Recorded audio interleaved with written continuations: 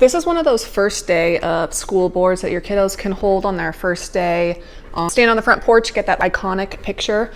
This one, everything that's included on this one is you've got a spot to put their first name, what grade they're going into, what their school is, what their teacher is, what they want to be when they grow up, a couple of their favorite things, the current date, how old they are, and how tall they are.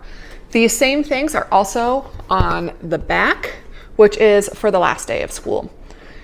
This one, it's a sturdy cardboard. We'll get up close so you can see how thick it is, but it's really like it doesn't bend. So it's nice and sturdy. It does come with one of these white chalk pens. And I'll show you now, it's really easy to use the white chalk pen. You just write on the board with the pen, and then when you're done, you can just use a little bit of water on a paper towel to wipe it away. This one definitely is a good quality with lots of different color and designs on there.